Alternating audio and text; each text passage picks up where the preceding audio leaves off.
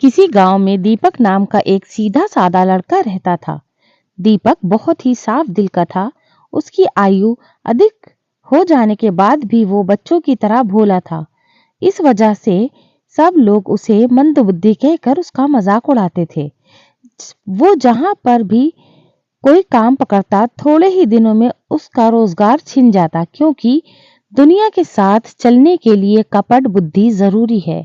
इस तरह कई सारे कामों के हाथ आजमाने के बाद भी वो बेरोजगार ही रह गया और उसके खाने के लाले पड़ गए। एक रात दीपक मंदिर के सामने बैठकर बुरी तरह रोते हुए बोला, हे भगवान, मुझसे कोई काम ही नहीं बनता। मेरे लिए कोई व्यवस्था तो कर दे या मुझे अपने पास बुला ले। पास ही पेड़ के पीछे एक चोर छुपा हुआ था। दीपक का रोना सुनकर चोर का दिल पिघल गया और वो उसके पास जाकर बोला, भाई, तुम मेरे साथ चलो और मेरे साथ ही काम करना। दीपक ने पूछा कि आप क्या काम करते हो? चोर ने सीधे सीधे बता दिया, मैं चोरी करता हूँ। दीपक ने कहा, मुझे चोरी करना नहीं आता। चोर ने कहा, मैं सिखा दूंगा, तुम उसकी चिंता मत करो। दीपक और चोर दोनों साथ में चल पड़े। रास्ते में चोर खलिहान में अनाज चुराने घुसा।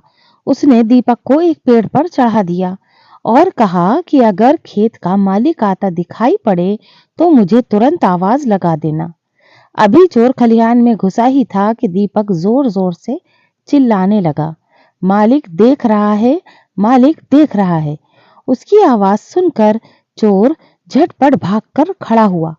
जरा दूर जाकर चोर ने पूछा कि मैं तो सब देखकर अंदर घुसा था, इतनी जल्दी खेत का मालिक कैसे आ गया? तुमने उसे कितनी दूर देखा था? दीपक ने कहा, मैंने खेत के मालिक को थोड़े ही देखा, मैंने तो दुनिया के मालिक को देखा। उसकी नजर से कुछ नहीं छुपता। भले ही खेत के मालिक ने नहीं देखा, पर दुनिया का मालिक तो देख रहा है ना। आखिर हिसाब तो उसी को करना है ना। दीपक की बातें सुनकर चोर हक्का बक्का रह गया।